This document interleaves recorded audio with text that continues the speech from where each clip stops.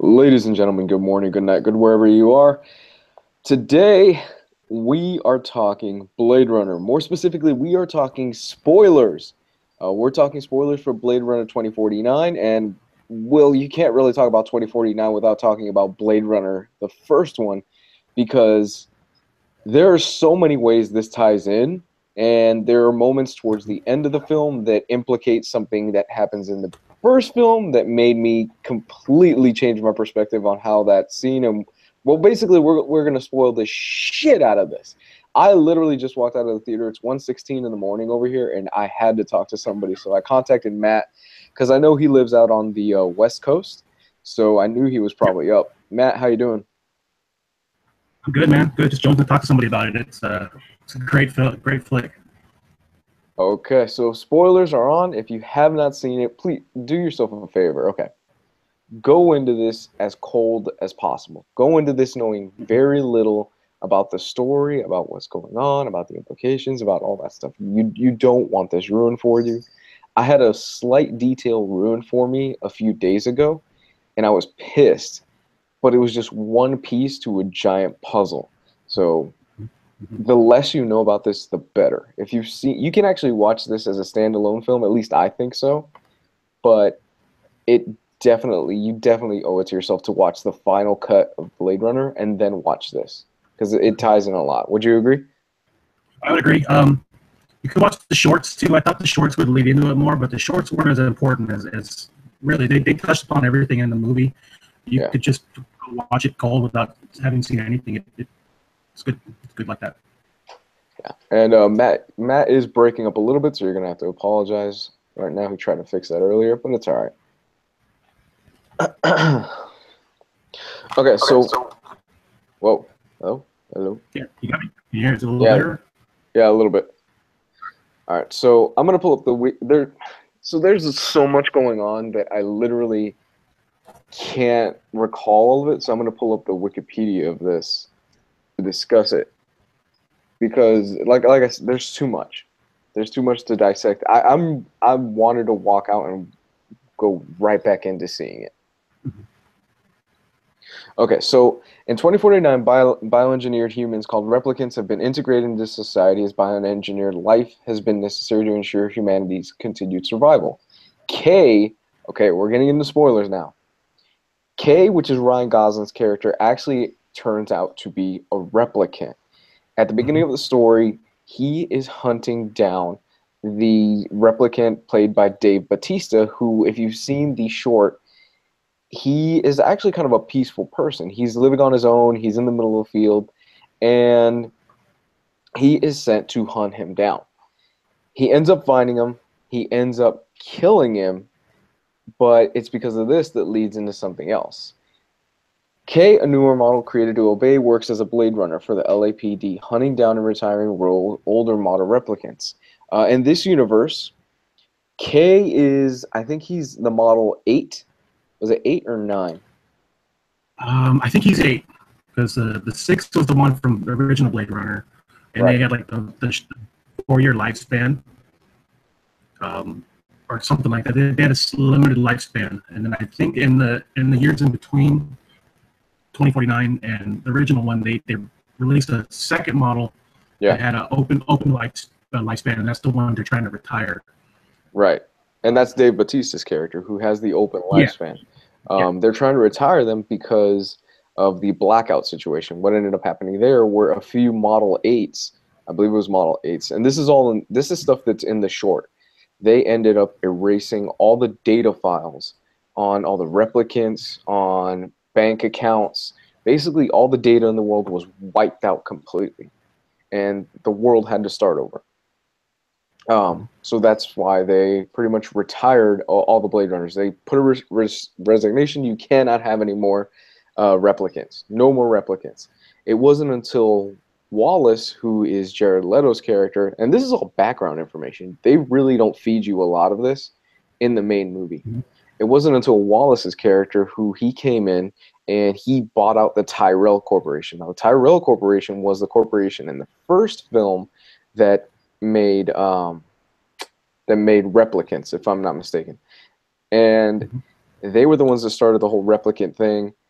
And Wallace's company, because the Earth at this point is so polluted, so disgusting, so basically ransacked and tortured, like smog is just constantly falling to the ground. Trees are a luxury. Almost nobody has seen trees in this world. Um,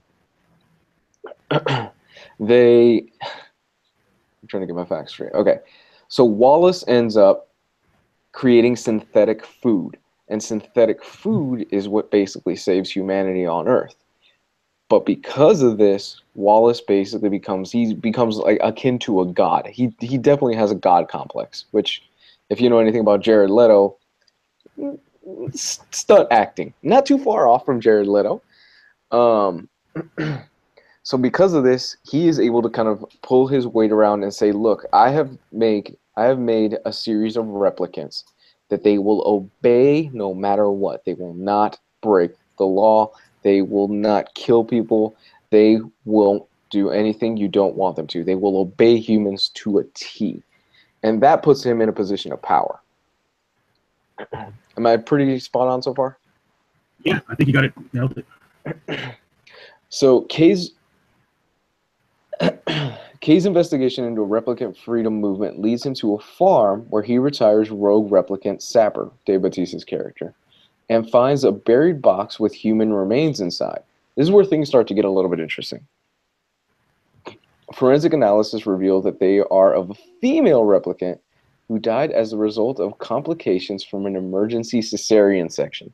Now it's at this point where I went, holy shit. Did you know who it was in the box? Do you think it was who it ended up being? Yeah.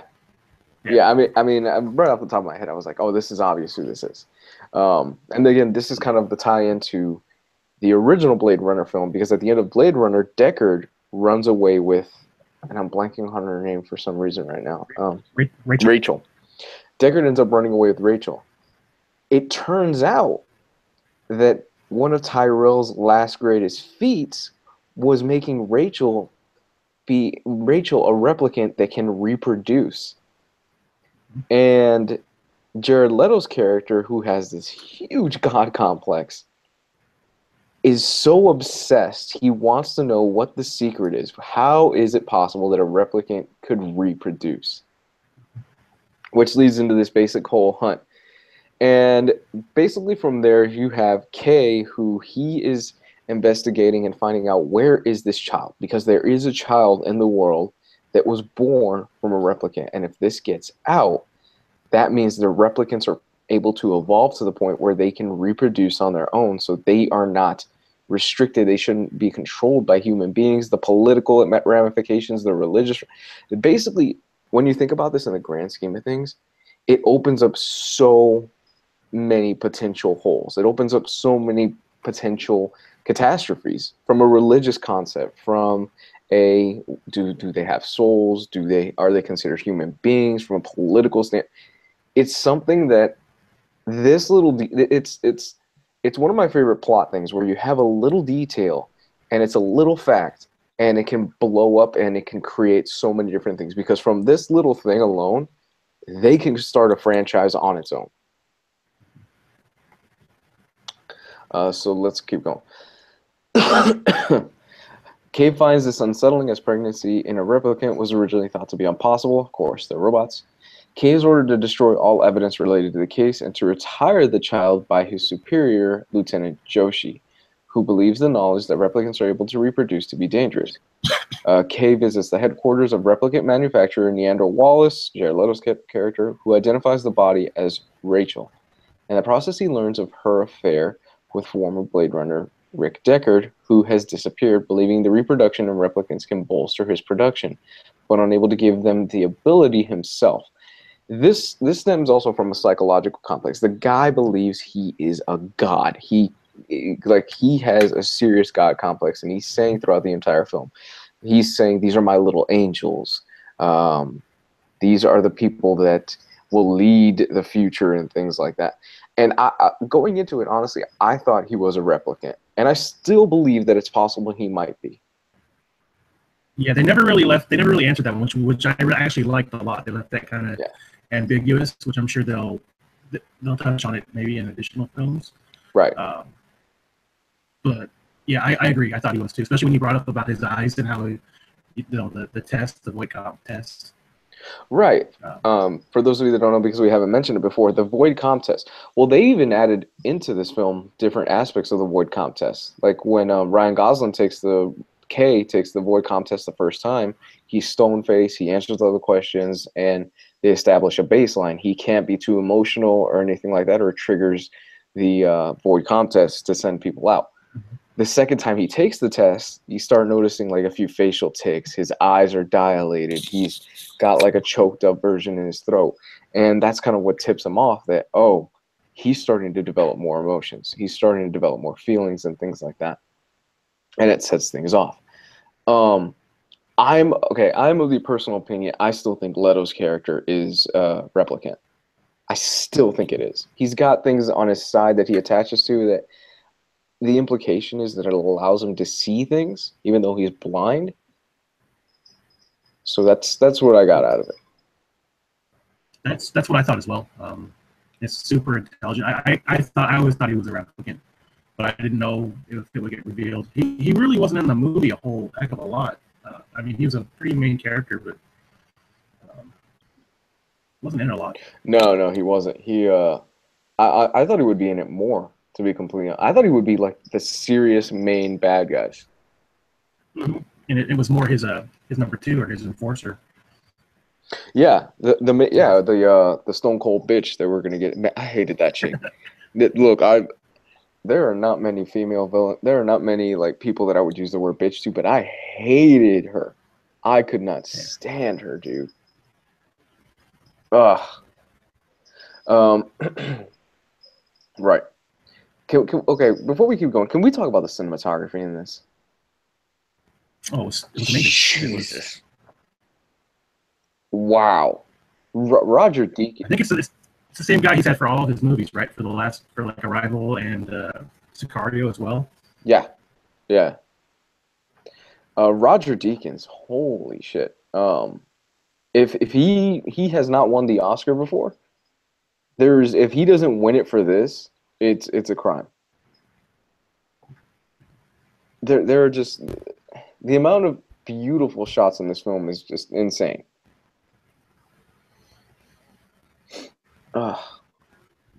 Let's see. Case order to destroy all the evidence. Believing that reproduction of replicants can bolster Okay. Wallace sends his replicant enforcer Love. Okay, this chick. Oh my god.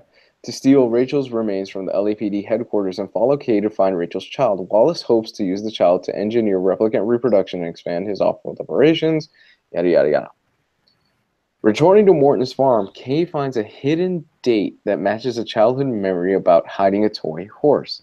And it's at this point you start thinking, because I know I did, okay, Kay is obviously the child. Kay is... It was to the point where I was like, this is a little bit too on the nose that he's the child. And if you know anything about Villeneuve, I was a little bit disappointed in the sense that I was like, this is way too on the nose. Like, this is way too obvious that he's the child. They're hinting at it way too much. He's got these memories and things like that. But then they also drop the fact that if you've seen the first Blade Runner, a lot of the memories that a lot of these replicants have, they're not their own. Like these are not their own memories. These are borrowed memories. So we later find out that the whole situation, all the memories and stuff like that that Kay had, all that thing, that was all fake. It was not his memories. In what was one of the biggest reveals where I was like, I can't believe I didn't fucking catch that, where they say she. Like, Deckard's daughter. I was like, daughter? And I had kind of the same reaction that Kay had.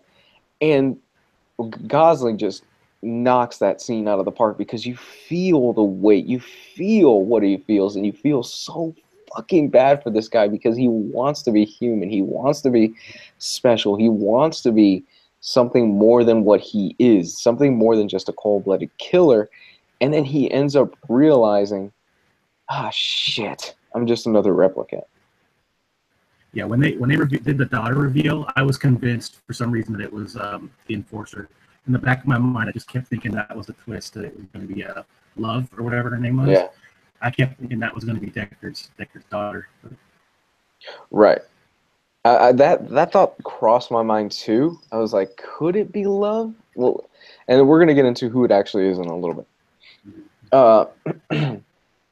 Returning to Morton's farm, which he thought were implants, are real. While searching birth records for that year, he discovers an anomaly. Twins were born on that day with identical DNA except for the sex chromosome. Only the boy is listed as alive.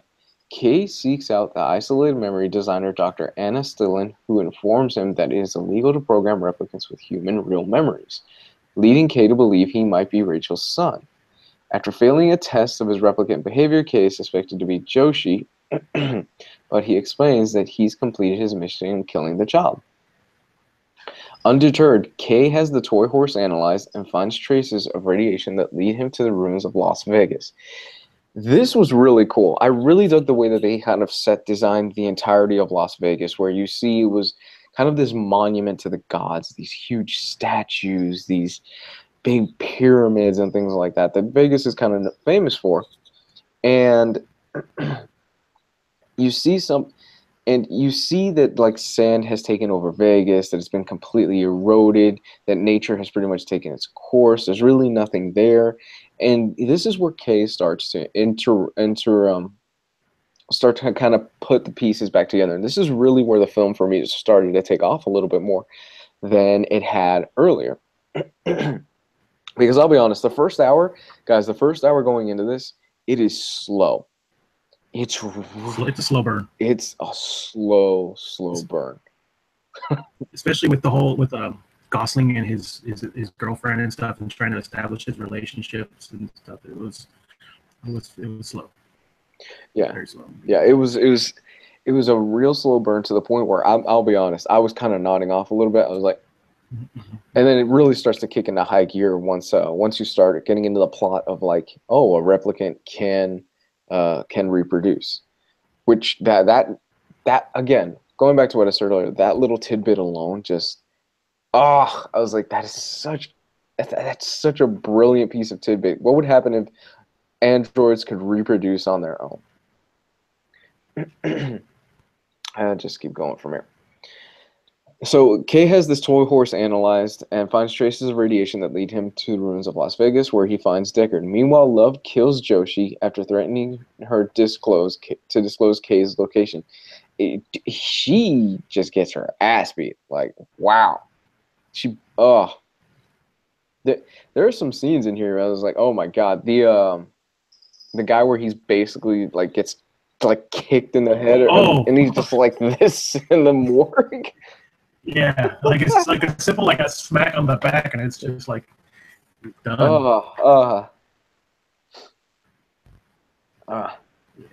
Undeterred, Love kills Joshi, threatening to discuss.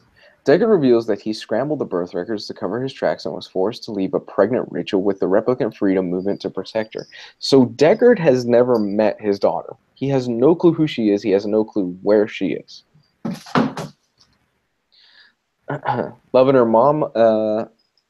men arrive to kidnap Deckard and leave badly injured Kay for dead. Kay is later rescued by the Replicant Freedom Movement and told by their leader, Freyza, that Rachel's child is actually a girl. Freyza urges Kay to prevent Wallace from uncovering the secrets of replicant reproduction by any means necessary, including Deckard. What's not mentioned here is that you actually meet Deckard's daughter earlier on in the film, much earlier on in the film, and you don't know it's her, because Kay actually goes in and he meets the person that his memories are based off of, and that actually ends up being the replicant daughter of Rachel and Deckard. Which I'm kind of curious how that exactly is going to work. Is she actually human? Is she biomechanic? They never really get into the specifics of that. It's one of those things, I guess, where it's like, leave it to your imagination. Don't think about it too much. In Los Angeles, Deckard is brought before Wallace, who suggests Rachel's feelings for him were engineered by her creator. And, okay, This made me just drop my jaw.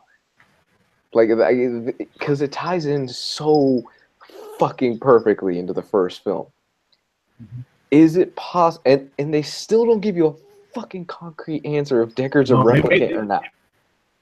it made me rethink the whole first one completely because, like, he said that Tyrell programmed her to fall in love with Deckard and everything to conceive the child, and then maybe he programmed you as well to fall in love with her. I'm like, okay, so wait, so is he a replicant now, or is he not a replicant?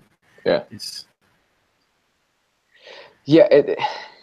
Again, they don't give you concrete answers, and I thought, okay, maybe we're gonna get a concrete answer here. Maybe we're gonna finally find out after like 40 years, is Deckard a replicant or not?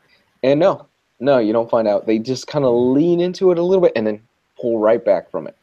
Um, what it does add is that it starts making you question their whole relationship. Was Rachel programmed from the very beginning to fall in love with Deckard? Because Deckard is hired by the Tyrell Corporation from the very beginning to hunt down replicants, if I remember correctly. yeah, he is, and then he specifically Tyrell wants him to check it on a normal person before he knows it'll work on a replicant. Knowing begin with that Rachel is a replicant. And So, this is one of those things that while Scott is up over there fucking up his alien universe, because we'll talk about that later. While he's over there fucking up his alien universe, Villeneuve basically was like, let me do Blade Runner because according to his words, he was like, I want to do Blade Runner because if I do it, I don't want anybody else not to do it because they'll fuck it up. Basically, were his exact words. He didn't want anybody else to do it because they'll fuck it up. and you could tell he was a fan. Like he nailed the vibe, the atmosphere, everything. It just was perfect. Yeah. It felt like the original Blade Runner. Right. So he gets he gets this little bomb of information that just left my jaw on the floor, and it made me recontextualize the entirety of the first Blade Runner film. Is Rachel in love with Deckard simply because of the fact that she was programmed to be, or does she actually love him? And okay, so I watched the first Blade Runner this morning before watching 2049, and getting that little tidbit of information, I'm looking at a few scenes and I'm like, it might be possible. It's possible. Specifically, the scene where she ends up shooting one of the replicants that Deckard is hunting in the first film, because she just pops out of nowhere. She's got the gun in her hand, and I was like, that's a bit jarring. That felt a little bit off. But with that context, it kind of makes a little bit more sense. What's your take on that? How do you feel about that? I feel like Wallace was just messing with the man. I don't You know. think so? Yeah. You think Especially when he brought out the new Rachel model. Mm-hmm. I think he was just fucking with him. I hope he was. I don't know. I can see both sides. That's the crazy thing about Blade Runner to begin with. I mean, how long have we been wondering if Deckard was a replicant or not? Yeah. Even when they showed the old guy from the first movie in like the retirement home, Mm-hmm. he hinted out that you expired. Like you kind of think earlier on, okay, he thinks he's a replicant too. Yeah.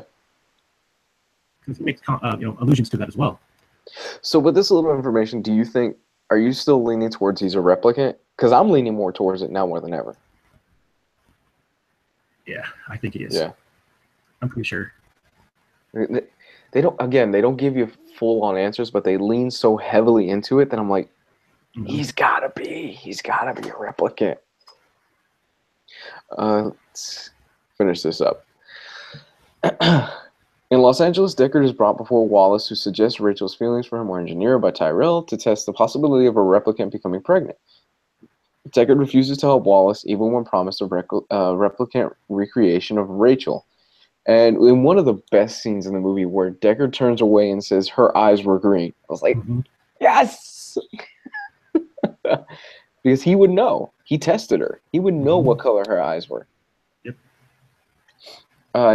So Love escorts Deckard to one of Wallace's off-world outposts to be tortured for information. Kay intercepts them before fighting and killing Love. He stages Deckard's death to protect him from both Wallace and the replicants and leads Deckard to Steelane's office. Kay encourages Deckard to meet his daughter and laments that all the best memories are hers. Deckard cautiously enters the office approach while Kay, severely wounded, lies down on the steps and stares up at the falling snow. This is also another one of those things where they leave it open-ended. Is Kay dead? Does Ryan Gosling's character end up dying? I'm of the opinion I think he does. I think so too. And I just read something online where someone was trying to say that Kay was more like Roy from the first movie than he was like Deckard. Like even in the fact that how he died and stuff, like with like the tears in the rain. Mm-hmm. So I could see that. Yeah, I'm pretty sure he's dead. Yeah, it's. I was looking to see if you can notice if he stops breathing or not, because like they're really like placing emphasis on how heavy he's breathing in that shot, where you see kind of like the side of his face, and I'm pretty sure, yeah, he's got to be dead. Yeah, I'm pretty sure at that point, and it was actually kind of a touching death, to be honest. There was a scene early on in the movie, shit, and I'm trying to remember the exact wording of it, but it was something like there's nothing more human than I think giving your life. Like giving your life for a cause or something you believe in. I think something along those lines. Yeah. Yeah, it was something along those. I got to watch it again, and that comes full circle towards the end because Kay ends up giving his life in order to save Deckard, who is basically the father of this young girl. And that's pretty much the entire synopsis of the movie. So we can actually kind of break things down a little bit more. Overall, what would you give it? Like out of 10. 10. 10? It's going into it. My top two movies of the year were Get Out and Logan. I don't know. This may be number one. This may be number one for me. It was great. It was great. I would say if I were to score this bitch, I'd say, God, it's a solid 10. But I have problems with it, like any film. I have my issues with the first hour of it, where I think it's a bit too slow for my taste. Some of the pacing did feel slow, like a lot of it. I feel like some of it could have been trimmed down. I mean, the movie's almost 3 hours. Yeah. There were some lingering shots where I was like, okay, this is beautiful. I get what you're doing here. But let's keep this going a little bit more. You're dragging this scene on a little bit more. It's a beautiful scene. Don't get me wrong. Like we said, the cinematography is absolutely gorgeous. Mm-hmm. But Jesus Christ on the cross. So where do you think they can go from here? Well, I think the most obvious one is probably the replicant resistance, because I mean they kind of alluded that they and rightly so, they feel like they're slaves. A lot of them are used to go off world, work in the colonies and stuff off world, and they said with this information where they can procreate, that they can free themselves. I think that's kind of the next step. I don't really know how Deckard would figure into that, because he's the one they want the most. Yeah, simply because of the information that he probably has on how that procreation works and everything like that. Mm-hmm. Even though I'm pretty sure it was like he just had sex with her and go, oh shit, this actually happened. Yeah. I'm a father. Oh fuck. Did not expect this to happen. So I want to see some off-world colonies. That's what I thought. I thought in the trailer that they were going like Mars or something. When they showed Kay walking through like the desert, I thought, oh, they're going to Mars or something. Yeah. And it's just Las Vegas. Yeah. Well, it's kind of close to Mars apparently. Yeah. I thought the same thing too. I thought, oh, for sure they're going to go to Mars. They're going to go to different planets. Watching the trailer and stuff, we're going to see some of those off-world colonies. Don't see any off-world colonies. It stays on Earth. I would like to see the off-world colonies. I actually kind of like to see how other countries are built, like how other countries are faring, like China. What would a China in this universe look like? Would it be the superpower that it is today? I think one of the video games that does it really well is Deus Ex, where China is just like, well, they ran out of space, so they just kept building on top of each other. They just kept building and building and building, and you have the lower half of China, which is like the slums. It's dirt poor. It's really disgusting. And then you go up, and China's just beautiful. It's like just buildings are all over the place. It's sunny. It's nice. I think that would be really cool to see that. Yeah, I'd like to see that. There's one thing that they leave really open in this film. Wallace is still alive. Going into this, I fully expected Wallace is going to be the big bad. You know, they're probably going to have like a shootout or something like that. You know, and that's my fault. A traditional like action scene towards the end of the movie, and Villeneuve does not do that. He does not do traditional. Like, you know, there are some detractors out there that they probably say, oh, you know. Villeneuve has these detractors. We both know what I'm referring to today. Yeah. He definitely has his detractors, but even in Sicario at the end of the film has, you know, kind of a big shootout where they're going through like the caverns and stuff like that. But the real crux and the real big moment at the end of the film is Benicio del Toro finally getting to that guy's house who killed his family. He sits down in a very tense moment, and he ends up killing not only the drug dealer, but the drug dealer's family in front of him before he kills them. In one of the most cold-hearted, son of a bitch moments I've ever seen in a movie. Yeah, so he, and then the scene later, when he's forcing what's her name to sign the documents to authorize their whole mission, and she's on the balcony where she can pull the trigger and kill him, and she doesn't. Yeah. So I fully was expecting the end of the film to be this kind of huge shootout with Wallace. Wallace is still around, very much so, and he's very much a powerful man. he could do some damage if he finds out where this child is and where Deckard is, because the fact is Wallace is not just going to stop hunting down for this child. He's going to keep hunting. Yeah, he thinks Deckard is dead, but he knows the child is still alive somewhere. And he knows her too. That's the thing. Like he commissioned her to implant memories, I believe. Like they mentioned that in the movie. So he knows her. He doesn't know who she is, but he knows, you know, he's had affiliations with her. Yeah. So they can always play on that. I'm pretty sure they'll probably want to bring back Jared Leto's character. I liked Wallace. I actually thought Jared Leto was really good. He's surprisingly enough, he's not in a lot of the movie. He's in very little of it. I was expecting him to be a central focus. He's in maybe 2 scenes, 3 scenes throughout the whole movie. He's in a scene in the beginning, and he doesn't show up for almost 2 hours after that. Yeah, he's pretty much like at the beginning and the end, and that's pretty much it. Yeah, and they were advertising him. I mean, he had his own short and everything. And same thing with, but I thought Dave Bautista would play a larger role, but he's only in the first like 10 minutes, and then he's killed off. Because if you saw the shorts, I was like, okay, well, these guys will play larger roles throughout the film. And Dave Bautista, man, like he's only in it for 10 minutes, but he does a really good job. I was very impressed with him. I was like, holy shit, he's actually got some range to him. He's really pulling his weight, and he's selling me on this character. Yeah, he's come a long way. Like you don't see this big buff, Drax anymore. He actually had a lot of range, and he was genuine emotion. I like this character a lot. Ryok post, I love that they kept the Soviet Union like a continuation from the first one. I don't remember that. Did I miss that? I don't remember that either. I must have missed something. There's so much going on in the background and the foreground that I'm planning on watching it again sometime this weekend, simply because there was a lot to take in, there was a lot to process, and I want to be able to sit back now and knowing what's coming, knowing everything that's happening, kind of be able to take in more of it. Because this is definitely one of those films that I think upon rewatches, I'm going to get more and more out of it. I'm going to start noticing a little bit more of the symbolism, a little bit more of the subtlety of the film, because I know I missed some things. It's too long of a movie and too much, going on. Like I told you, I saw the double feature, so I was kind of ready to be out of the theater by that time. So.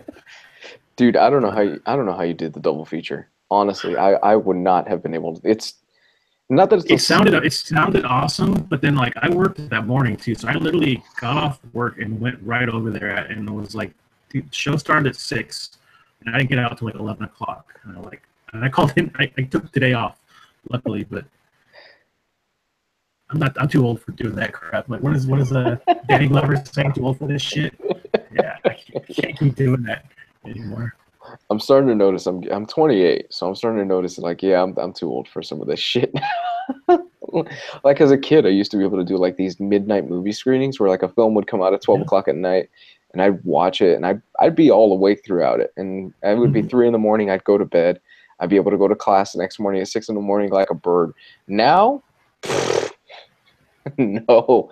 If a movie's yeah, I'm glad they do the 7 o'clock shows now. They don't really, the midnight ones, they still have them, but I think ever since that whole shooting in like Colorado, they're trying to get away from like the late night ones. Well, at least the theaters in my area, they do like 7, 8 o'clock showing to like the midnight releases.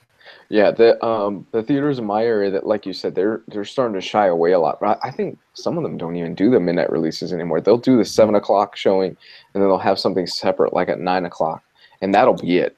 Like that is done. Nobody wants to do that bullshit. So it's midnight showing anymore, unless it's like a huge film, something along the lines of like a Dark Knight or something like that. When the Dark Knight Rises came out, there was a 7 o'clock showing, a 9 o'clock showing, a 10 o'clock showing. There was a midnight showing, and then there was even one at 2 a.m.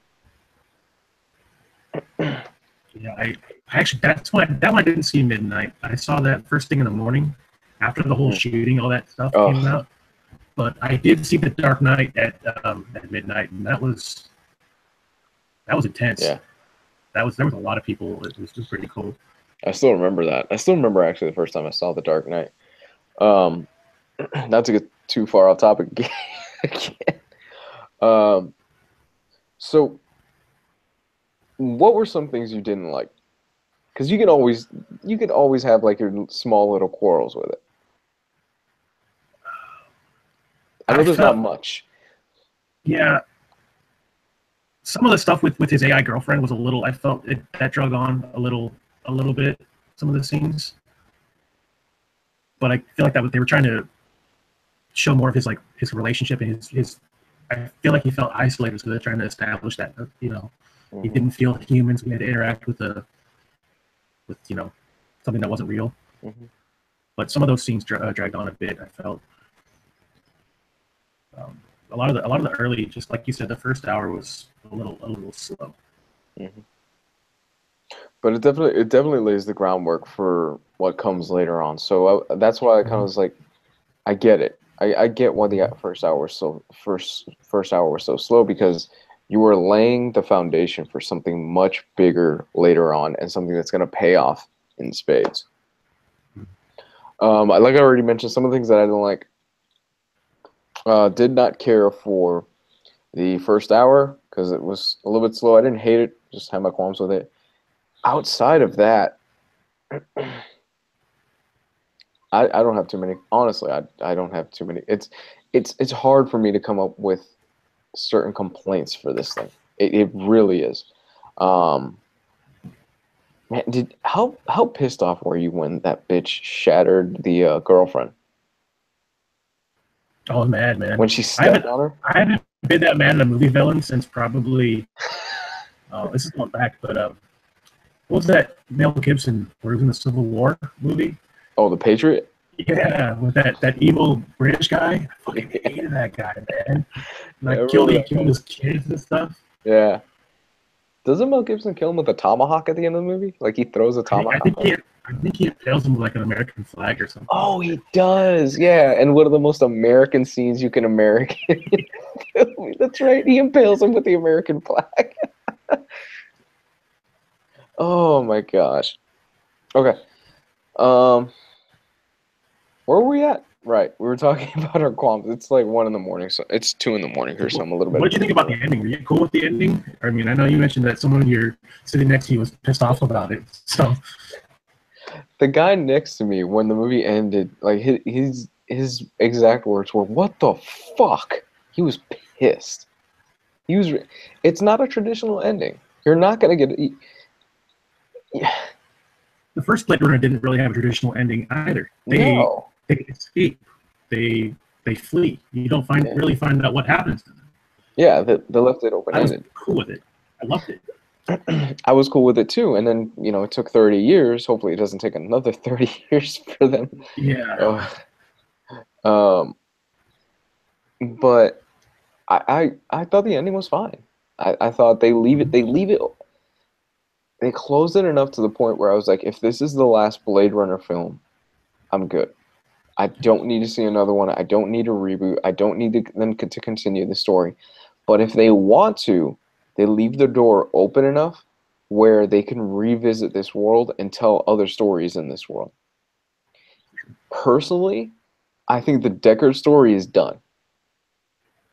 Like, Harrison Ford, as great as he is, he's Deckard, he's an iconic character. You can leave him out of the next film, in my 2 cents. Mm-hmm. He was out of the majority of this film. He doesn't show up until like the last hour and a half of this film. Yeah, if that. Yeah, maybe even the last quarter of the movie. He's not in it. He's as much as he's advertised. He's really not in it at all. No, he's almost not in the movie at all. I was like 2 hours into the movie. I'm like, well, where's Deckard? Like they keep talking about him, and he's supposed to find him. But the scene where he is revealed and you do finally meet him and you do finally see him, that was a huge payoff for me. I was like, oh, fuck, like, finally. He looked good, too, for, what, his late 60s, 70s? I mean, he's pretty good shape. Shit, he looks better than me right now. God damn. I was like, I gotta get my ass to the gym if he's in this good shape. Right? He's still in good shape, man. He still got it. Rael says that they changed some of the advertisements, the Panam and TBK advertisements, with newer ones like Sony and Peugeot. That wasn't cool. He didn't really like that. They still kept some of the older advertisements, so they still had the Atari. They still had Coke, I think. Did they still have Coke? I'm pretty sure I saw Coke. One of the things that I loved, one of the things that I really fucking loved, that I'm glad they didn't Ridley Scott this motherfucker. One of my complaints with Alien Covenant and Prometheus is that the tech does not match up to the tech in Alien. Because the tech in Prometheus and the tech in Alien Covenant looks way, way more advanced than the tech in Alien. To the point where it kind of doesn't make sense timeline-wise. And that's what I really liked about Blade Runner, is that they paid attention to the little stuff. Like, there are still CRTVs in this world. There are no cell phones in this world. Yes, society has progressed in 30 years, but it's not so far of a leap that I can't buy it. That I can't buy that this is the same universe. Because a lot of what happens in these movies is that they take a jump, they take a huge leap into the future, but the tech jumps so far in the span of like 20, 30 years that it's almost to the point where it's like, this isn't the same universe. This makes no sense. Yeah, I mean, they still had the hover cars and everything. It was pretty similar for the most part. I mean, there was a couple, the videos, some of the TVs in their cars or something that was a little different, but it was, it looked like natural progression. Right. Which was cool. Did you notice how empty the streets were also? Like, it's such a crowded place but it was empty. That to me tells me, and maybe I'm just like looking at the little details, that to me tells me that everybody's fled. For the vast majority of civilization has left Earth. They have abandoned this place. The ones who could afford it, I think they kind of mentioned it a lot. Who could afford it, they fled, or like living in colonies on another, off-world for the most part. Right, which, with our current society and how we're pretty much just destroying the environment and ripping it to shreds, you could believe that, 100, even though this is set in 2049, this is an alternate universe where, they have flying cars and stuff like that. If we have the technology, bye.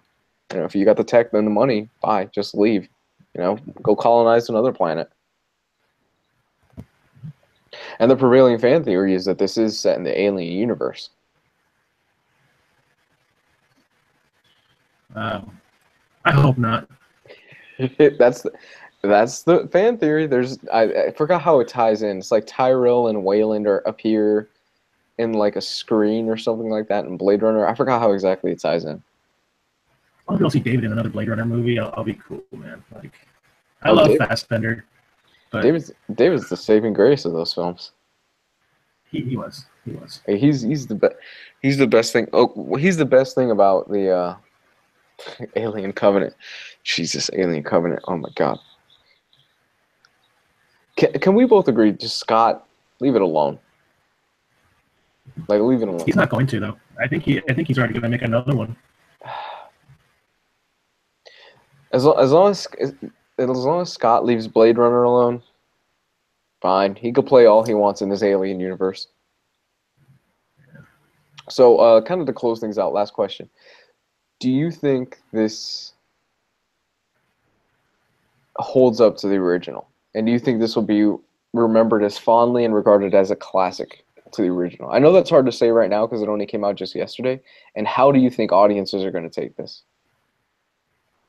I think so. I think it's going to hold up really well. I mean, it felt exactly like a Blade Runner movie. It had the same feel, same atmosphere. I think it's. I don't know. The Blade Runner had the advantage of having like 5 different versions of it come out. So I don't know. I think so. I think it'll. I've had a couple friends messaging me about it who, oh, this movie looks good. We haven't seen the first one yet, so they may, like this one more, and then go back and relook at the original. Right. So I think so. How do you think the general movie-going audience is going to take it? Because this isn't a movie-going audience. This is not for the mass. Honestly, I'm surprised it was even done this way. Because I don't know. I don't.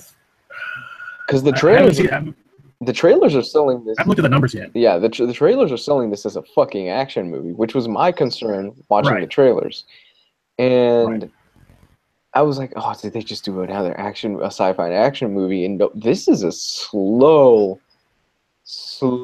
They drip feed you information in this movie, and I'm really curious to see how people are going to take it. I think the casual fan may not like it as much because they were they were advertised the action stuff. I think the sci-fi fan or the Blade Runner fan will love it. Yeah. I don't really know how the box office is going to do. Everybody, when I saw the double feature, the whole place was sold out. So I mean, that was all Blade Runner junkies, though. So we were, going to see it no matter what. I don't know, were there a lot of people at your screening, or was it? No, it was the 10 o'clock showing. It was a 10 o'clock showing, and it was not that. It wasn't like packed. It was full. There were people there, but it wasn't like slammed or sold out or anything like that. So that has me a little bit concerned. But like I said, if this is the last one, I'm good. I can leave this happily alone and just be like, all right, I've got 2 incredible films out of this universe. And Villeneuve has already said that he's expressed interest in coming back for a 3rd one.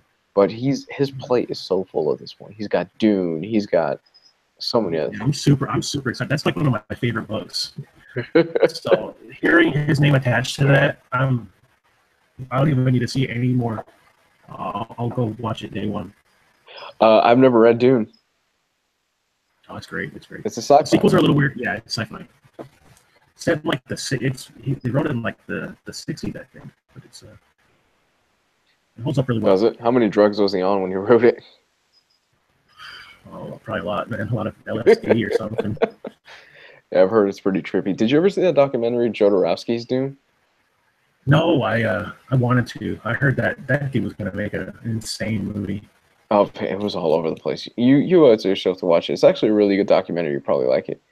So yeah, closing comments. Go see Blade Runner 2049. Support it. If you love the first Blade Runner, if you like sci-fi, this is a film for you.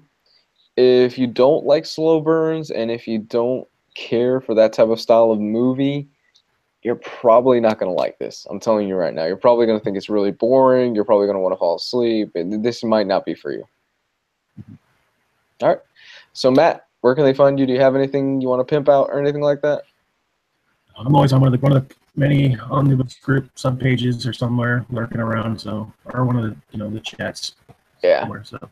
You're one of the moderators for our chat, so you're usually in the chat whenever we do a live stream. You and Nick kind of double team in there.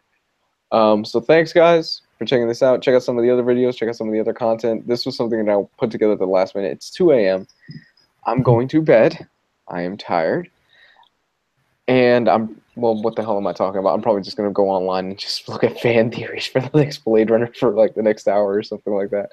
I'd be happy if they made another animated one. Like that Blackout anime was pretty badass. It was really well done. That was really good. But that was directed by the same director that did Cowboy Bebop. So the Oh, pedigree yeah. behind it, I was like, yeah, it's gonna be good.